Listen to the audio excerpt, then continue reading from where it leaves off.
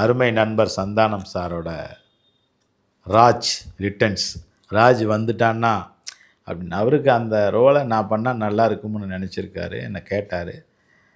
எனக்கு படமும் காமிச்சு இந்த படத்தில் வர இதுதானே இது ஒரு 2 சீன் தான் இருக்கும் போல இருக்குது சார். இல்லை நாங்கள் கொஞ்சம் நிறைய சீன் பண்ணியிருக்கிறோம், நீங்கள் பண்ணால் நல்லாயிருக்கும் அப்படின்னாரு. பண்ணலேன்னு மட்டும் சொல்லிடாதீங்க அப்படின்னாரு. சரி சார் பண்ணுறேன் அப்படின்னு. ஏன்னா நான் திருமதி தமிழர் ரமேஷ் கண்ணா ரோலுக்கு சந்தானம் சார் தான் கேட்டேன். அந்த நேரத்தில் அவர் தானே அப்கம்மர், நமக்கு சப்போர்ட் இருக்கும்ட்டு. ஆனால் அவர் பண்ணலை.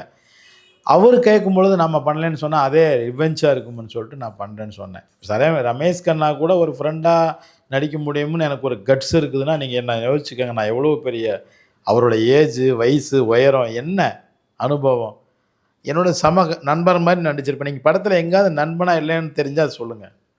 சரியா? அதுதான் அந்த கட்ஸ் நமக்கு இருக்குது. சந்தானம் சார் கேட்டதுக்காக இப்படியும் நடிப்பேன், இந்த கட்ஸும் நமக்கு இருந்தது. நம்ம எப்படி வேணாலும் நடிக்க முடியும்.